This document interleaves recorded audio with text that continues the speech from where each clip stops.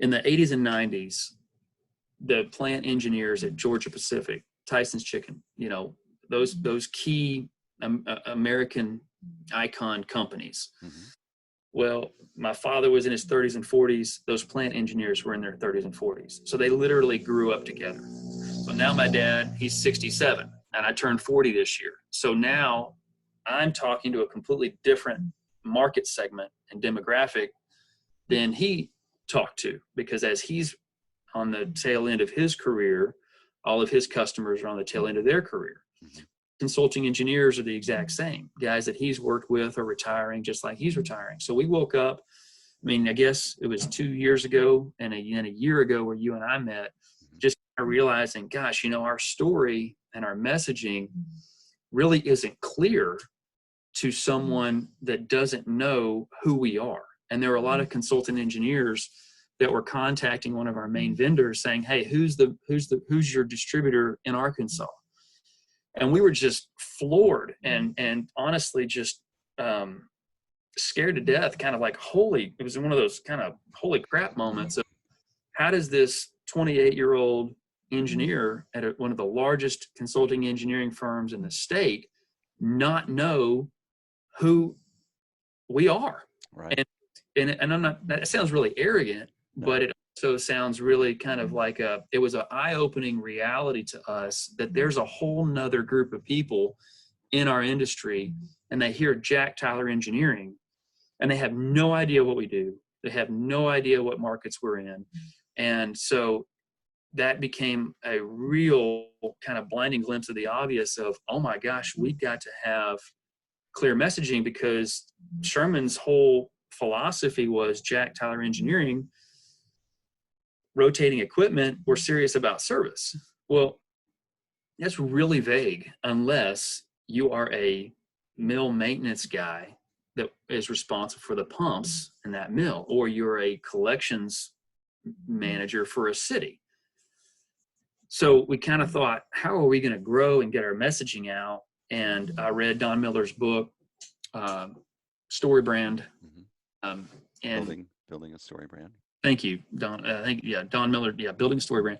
And I read that book and I just like, this is just so clear. And it was just, this whole mantra is confuse, you lose, if, you know.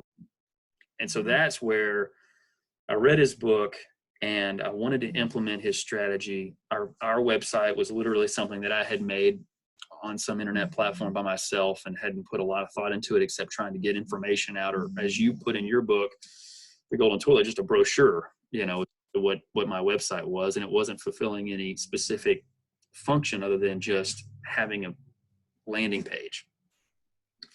And so I went to clarifyingyourmessage.com. I think that's the website where they had affiliates of people that had been trained by Don in the StoryBrand framework that could then help a company like ours tell their story and get the messaging out there. And so I picked out 3 companies that were listed on that website, yours being one of them, called and interviewed all 3. And I think you and I just, number 1, hit it off, but number 2, and this is a sincere comment, it's not just a awkward promotion, but you were the only one that talked me through building a system and talked me through, hey, look, you've got to understand, because I think I was just like everybody else. I came in, I was like, hey, Steve, you know, search engine optimization, Google ads, you know, Facebook marketing,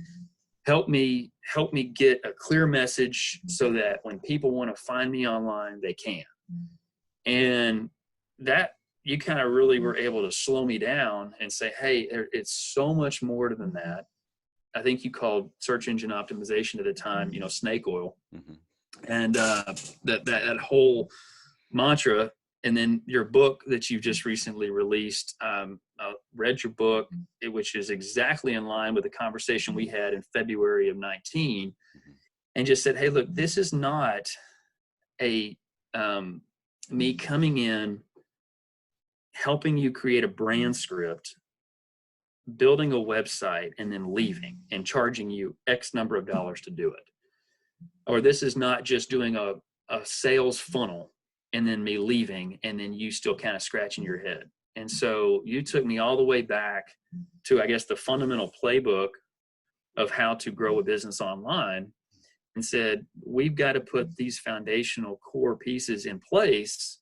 And it's a step-by-step process so that you can wake up in a year and wake up in 5 years and wake up in 10 years and still be relevant and not be worried about the latest, greatest thing out there, which whether it be SEO or whatever else, but be in a position to where either, you have a system that fits your business and the goals of that business. So that's how you and I got connected. And then we've kind of gone from there.